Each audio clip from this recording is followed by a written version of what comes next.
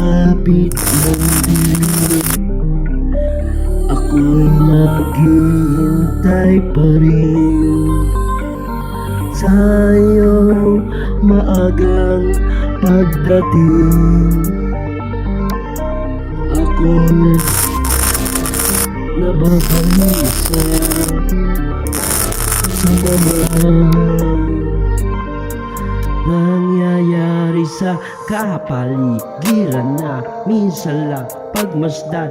Lagi ang nakikita ng aking mga mata dahil sa mga tao na nakapalibot sa akin. Ano man ang mga pangyayari na ikaw at ako lang ang tanging may alam at nakakaalam. At kahit na walang iba na tao man pa sila, di pa rin ako nagninanais na maging isang tanging dahilan ko lang ang pagbalik ng isang katulad mo. Ngunit paano pa ang aking gagawin dahil sa mga pangyayari na wala ka talaga? Sana ay magbalik ang laging dasal mula doon kay Bathala.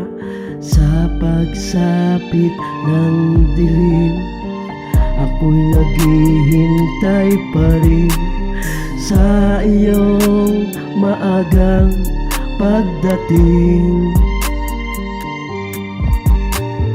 Sa pagsapit ng dilim, ako'y naghihintay pa rin sa iyong maagang pagdating. Isa lamang, dalawa lamang at tatlo lamang ang tanging nalalaman na ang nais na ipakita.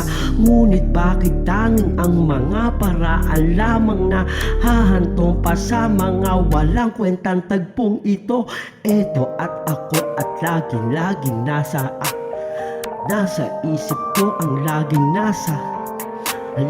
nandito sa puso ko. At sana san man at ano pa man ang mga mangyari, sana ikaw ay muling makita. Pero paano ang aking gagawin kung sadyang ang lahat ng ito ay binaliwala nang ikaw ay biglang nawala na sa aking tabi? At minsan lang na mangyari sa buhay ng isang taong tulad ko, mga pangyayari na gayon.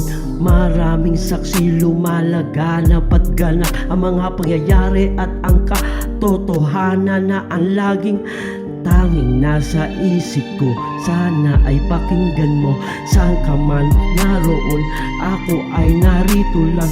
Dahil ang mga awitin na ito ay inaalay ko sa iyo lamang at aking sinta. Sa pagsapit ng dilim, ako'y naghihintay pa rin sa iyong maagang pagdating. Check it. Bakit ito sa tiga naman clutch now? Sa pa.